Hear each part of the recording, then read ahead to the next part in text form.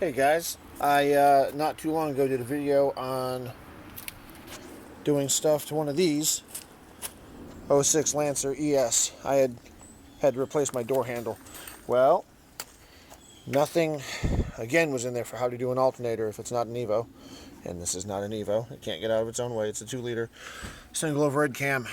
So one video or something that I saw says the whole thing of pull the power steering pump, remove an engine mount, jack up the engine.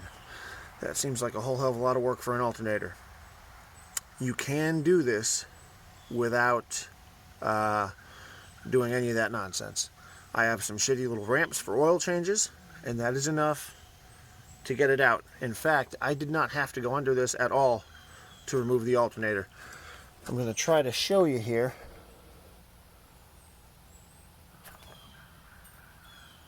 There's the alternator. You can actually fish it out from behind and around this stuff. I've got fairly big hands, and it was a little tricky getting in there, but the biggest bitch is just being a little uncomfortable while you pinch your arm and stuff. I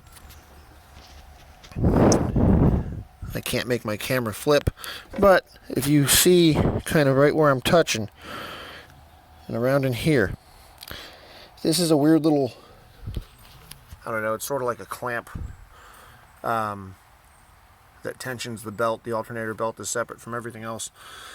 So you can loosen that, and then where there's a block where that, whatever the fuck you call it, clampy thing, attaches to the top of the alternator, you pull that bolt, and the alternator can swing about freely from the bottom mounting pin, bolt, whatever.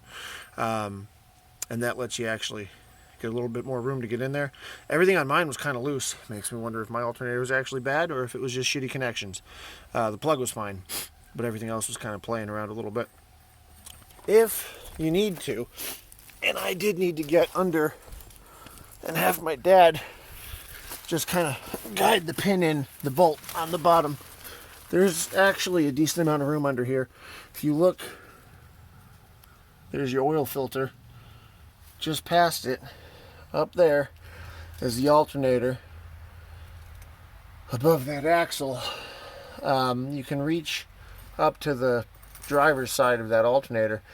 Loosen that bolt if you need to a little bit. I would leave it attached while you're trying to pull out the plug and the grounding wire, or whatever that wire is. But honestly, it's a pretty easy job, and I figured I'd make a video, again after the fact, because it doesn't occur to me to try this while I'm doing it, for anybody that is frustrated that they have a shitty car that they want to keep running. The bracket thingy is 12 mil.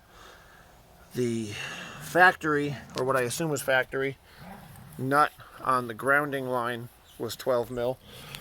The one I got came with a 13 millimeter nut and lock washer.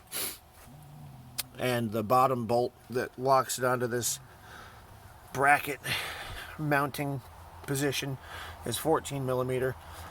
There's actually enough room to get back there on the inside with a 3/8 inch drive ratchet. Good luck.